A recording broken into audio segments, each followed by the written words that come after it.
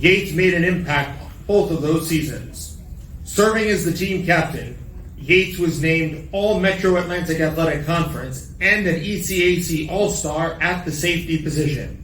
His 67 unassisted tackles in one single season ranks 5th all-time, and his 101 total tackles is 6th all-time. Following his graduation in 1994, he became a graduate assistant coach for the 1994 and 95 seasons, earning a master's degree from St. Peter's in addition to his undergraduate degree.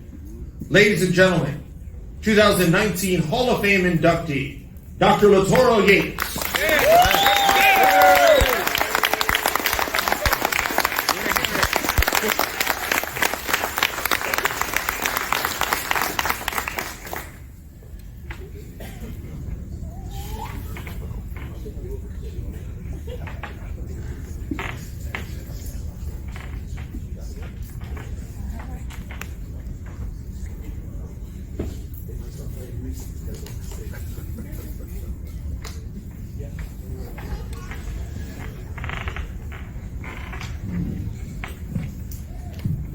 Good afternoon. Good afternoon.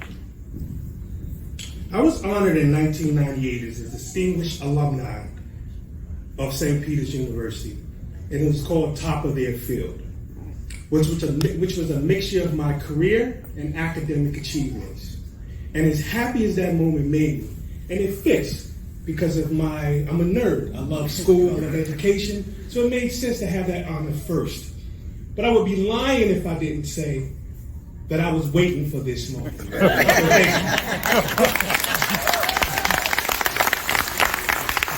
I would like to thank A.B. Brian Phelps, Bill Stein, the Hall of Fame committee, and my fellow 2019 inductees.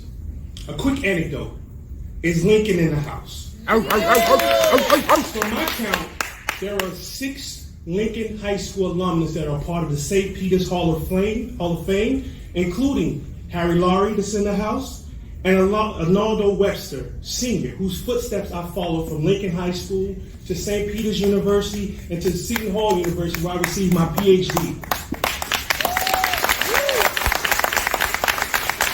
It's incredible to share a moment like this with people that have been such a major part and fixture in my life, to have all of my mentors, or many of them, in one room.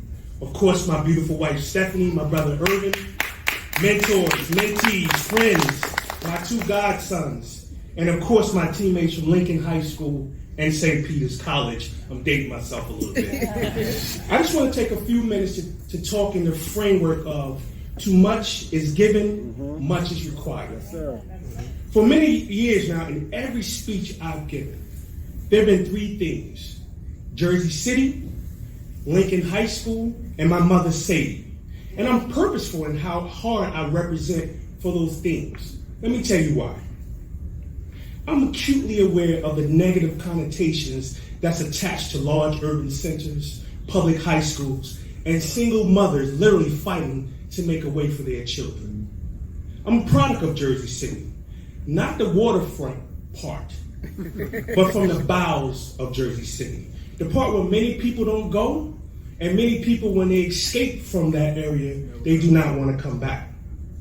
I graduated from Lincoln High School, which is a public high school in Jersey City that was once featured in a news documentary called Flunk City. And my mother, Sadie, raised 3 boys while working as a manager at McDonald's. So by embracing those 3 themes as a pillar of my development and success, the focus of those things cannot simply be on the negativity of each theme. Since I was a youngster trying to figure my way and find my way in Jersey City, I had eyes on me. There were little eyes that were watching my every step and following them, even if I wasn't making the right step. And then there were older eyes that were watching me, just thinking, will he ever mature and maximize his potential? That was pressure. I know firsthand the anger, frustration, and anxiety which take away many of our children before they have a chance to see a clear path toward the future, or simply put, hope. I brought all my anger, as you can see on the one picture up there, in full force to SPC in 1992. I rarely smiled, and I simply wanted to go to class and ball. My hue was get out of my way. A life-saving moment happened here early on at SPC when I learned the Latin phrase cura personalis, which means live for the greater good. Live to make the world a better place for others. As I started to meet and have conversation with Jesuit priests, develop friendship with people from different parts of the country and the world, interact with faculty, receive tough love from coaches, I started to understand that my journey toward hope for a better future is connected to helping others move toward that same understanding. When I address audiences across the country and travel abroad, I always wear a Lincoln High School sweatshirt. It's a message to my community or to children growing up in the same circumstances of anger and frustration and anxiety. You have a future, and here is how a path to get to your hopes and dreams. Let's be clear. I do not own a patent on pain and discovery from this lens.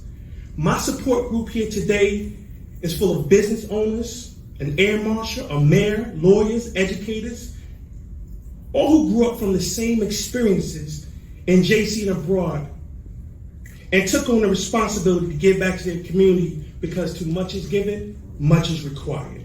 In closing, I would be remiss if I did not recognize Dr. Robert Perry, a former faculty member and Hall of Fame member here at St. Peter's University. See, and I can speak from I don't have to look at this to talk about Dr. Perry.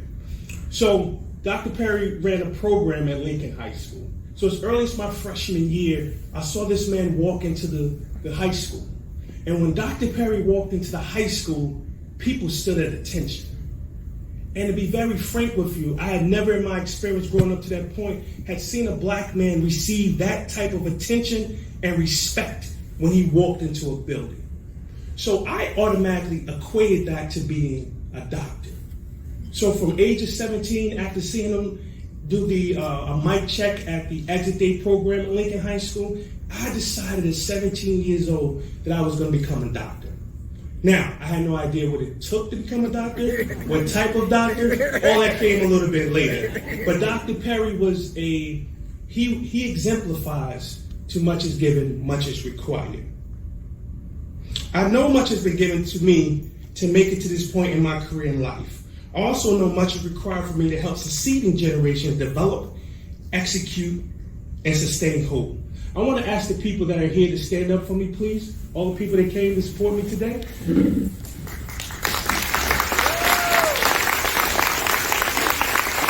This is an example of hope. Salute. Thank you.